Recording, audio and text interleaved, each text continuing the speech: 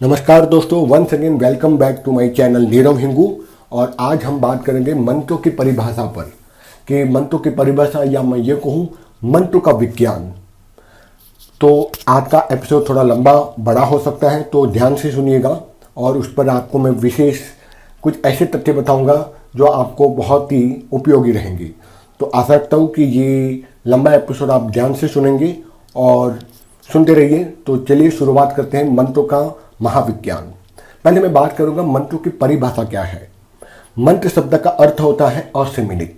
असीमित मतलब उसको हम एक सीमित शब्दों में उसको बांध नहीं सकते, क्योंकि वैदिक रचनाओं से प्रत्येक छंद को हम मंत्र कहते हैं। देवी देवताओं की स्तुति या हवन या यज्ञ से निर्मित जो निश्चित किए जो शब्द समूह हैं उसको भी हम मंत्र कहते हैं। और तंत्र शास्त्रों में मंत्र के अलग अलग स्वरूप बताए गए हैं। तंत्र शास्त्र के अनुसार मंत्र उसे कहते हैं जो शब्द, जो पद या पद का जो समूह है, जिस देवता को या जिस शक्ति को हम प्रकट करते हैं मंत्रों के द्वारा, उस देवता या उस शक्ति को भी शास्त्रों में या तंत्र शास्त्रों में उसको मंत्र कहा गया है।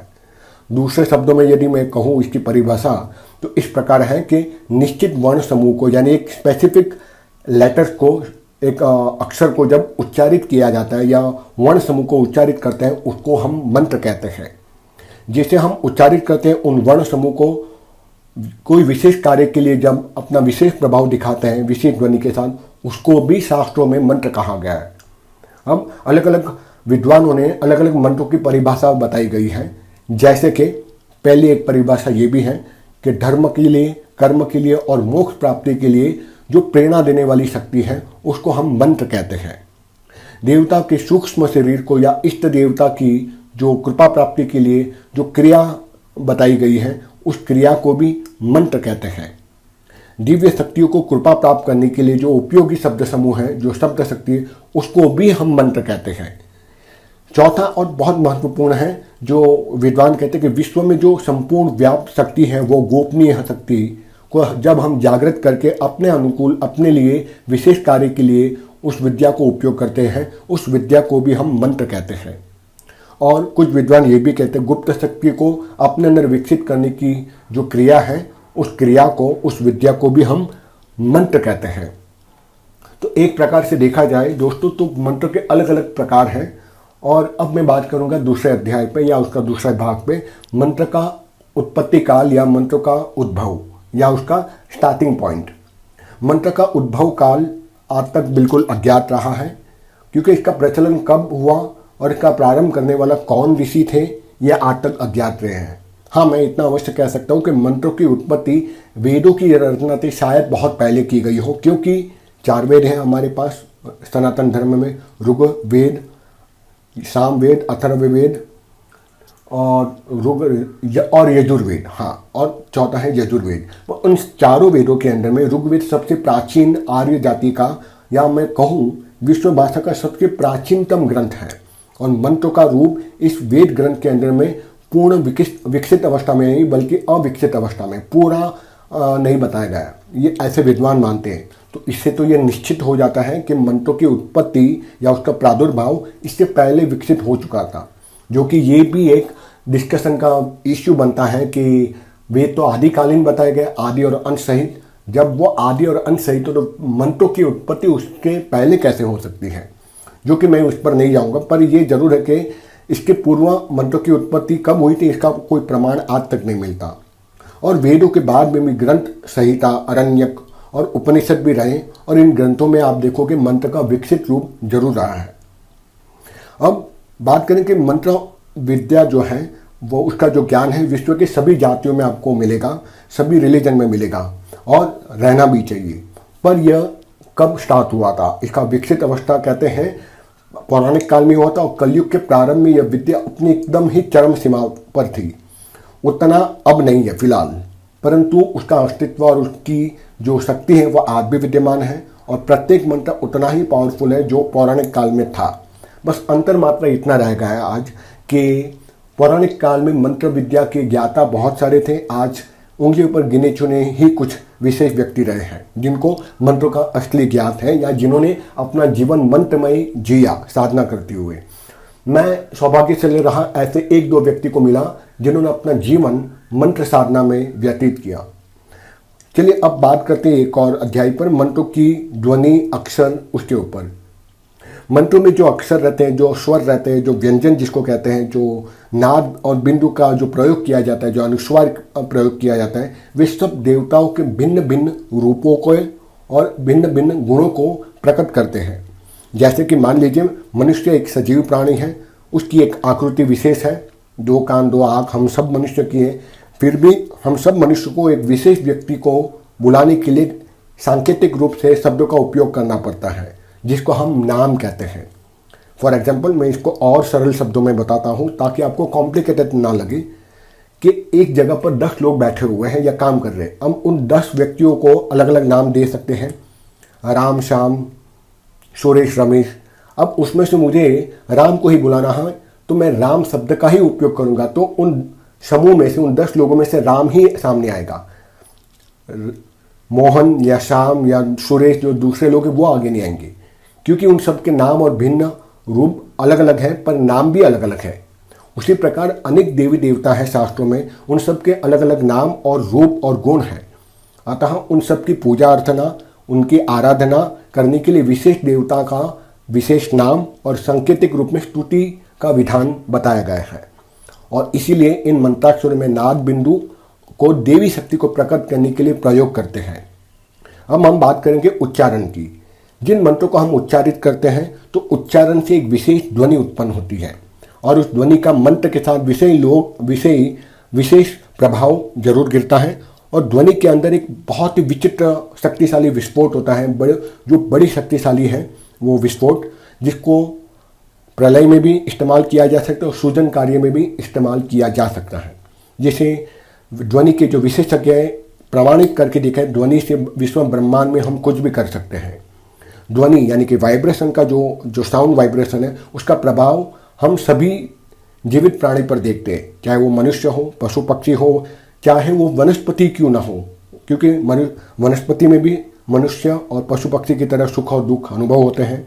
उसे इसी प्रकार और मैं सरल विधि से बताऊं, यदि आप किसी व्यक्ति को क्रोध करके डांटते हैं, गाली देते हैं या कुछ कड़वे वचन बोलते हैं तो वह दुखी होता है और शत्रु बन सकता है।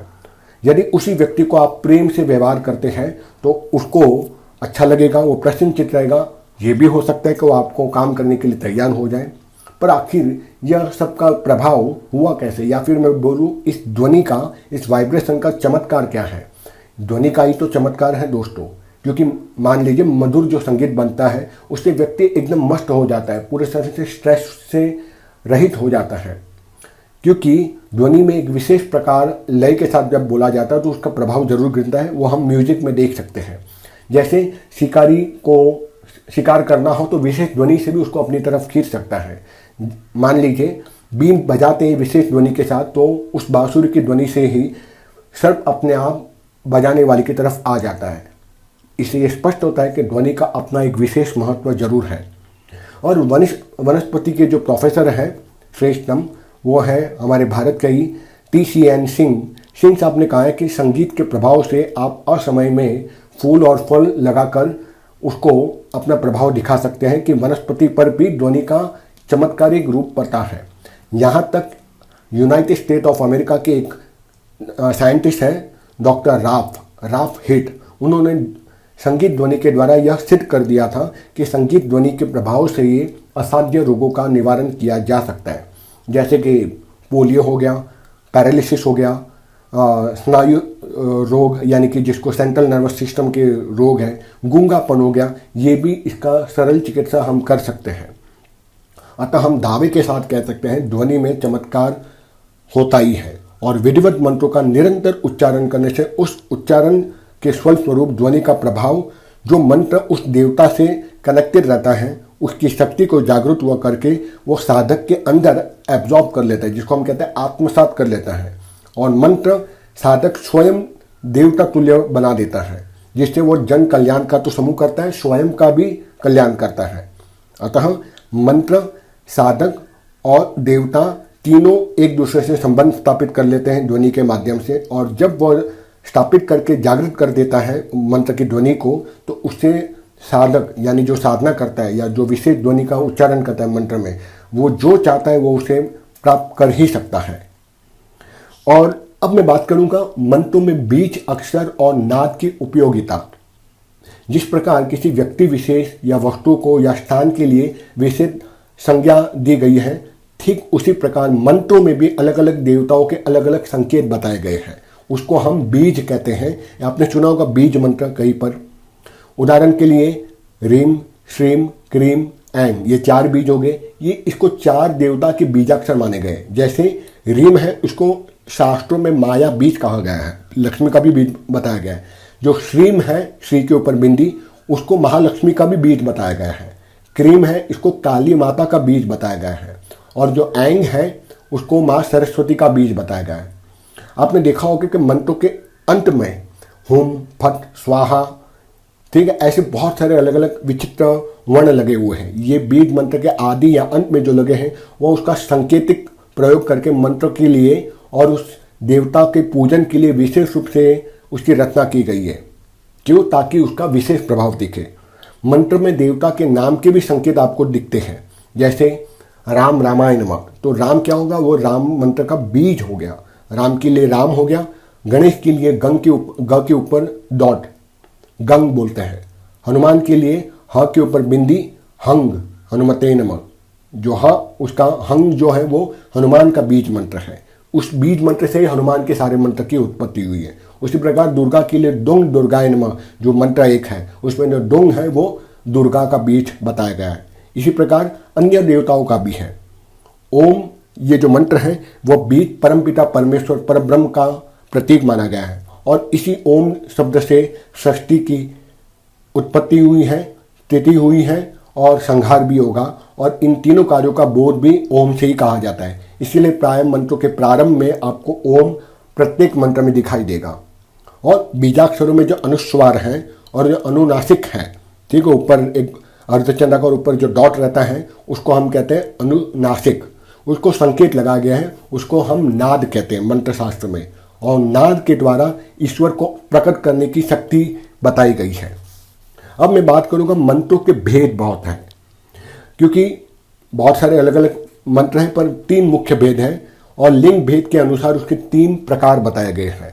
पुल्लिंग मंत्र भी है जिसको हम सौर मंत्र कहते हैं।